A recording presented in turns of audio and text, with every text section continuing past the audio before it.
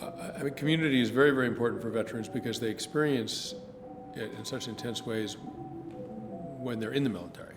So you're in a platoon, maybe you're at a forward base in combat, maybe you're at a big base in the rear and you're not getting shot at, but you're doing something very important and very intense. You're doing it with other people, almost by definition. And that is a very intensely human experience. Humans do not survive by themselves.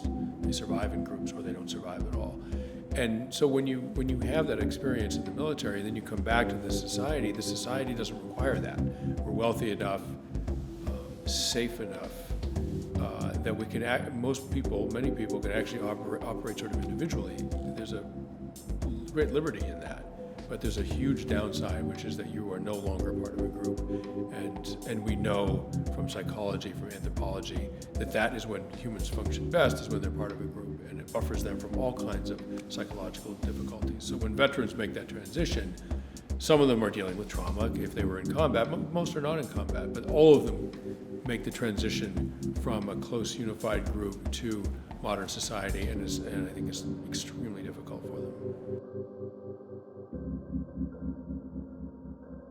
You really don't know what's good and what's bad in your life. So sometimes things that feel very, very tragic and unfortunate actually end up having good consequences much later. The example I cited was a chainsaw injury to my leg that got me. I was a climber for tree companies. I hit my leg with a chainsaw. It got me thinking about dangerous jobs. It got me to write my first book, The Perfect Storm. That did very well. It totally changed my life. And at the time, I thought it was a huge tragedy that I almost got my foot off. So not literally, but it was a pretty bad cut. And so my advice to them is like, look, you just don't know how it's going to play out. And when really difficult things happen, you may look back later in your life and think, thank God that happened, because otherwise I wouldn't be married to this person or I wouldn't be doing this job. You just don't know. I think the hardest thing the students and the many people will ever do is fail. We are trained to avoid failure. We are convinced that failure is a dishonor, even a disgrace. And it's none of those things.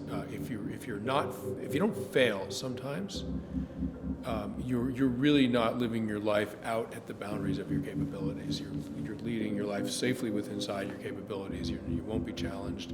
You won't change. You won't grow. You won't discover new things. So you really shouldn't be.